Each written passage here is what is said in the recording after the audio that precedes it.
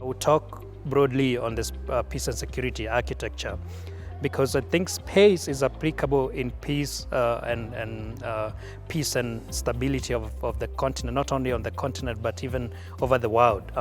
And I see two main ways in which space is being applied: either surveillance of the threats on the ground and surveillance of the threats in space. And these two ways have cutting across the four domains or the four pillars that we are looking at in the African space agenda.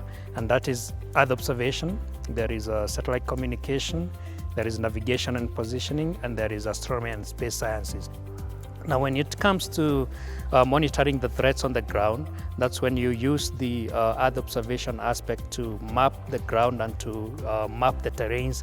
And it's a very useful application in terms of deploying the troops and deploying the peace-building keeping missions. And not only that, to map the terrains and to know where exactly the enemy is. In satellite communication, I think there has been a lot of use, not only in Africa, but over the entire world, especially when it comes to communication links. Some threats come and some terrorists might destroy, the infrastructure for communication. Now, space comes as a backup, and those are satellite communication that provide the back-end solution. Now, in navigation and positioning, I should say that the military has its own, frequency of communication.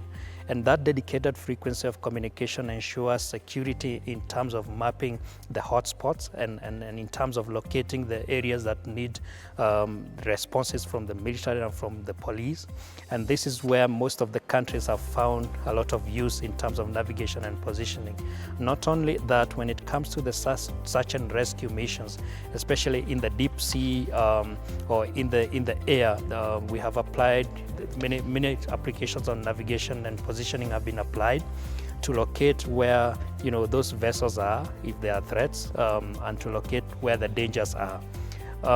So in any nation, and you notice that especially in the airports, you have these applications of the radar in the surveillance of the airspace. And I think for any nation to be stable and to be secure, you need to have your own communication backhaul or navigation positioning backhaul to ensure that you have the accurate positioning. As you know, you have to be in charge, or you have to be in charge of your borders. And borders means including the airspace that is above you. And this is where the satellite navigation and positioning in combination with the ground-based radar have been used to map out the threats that may enter in any country's airspace.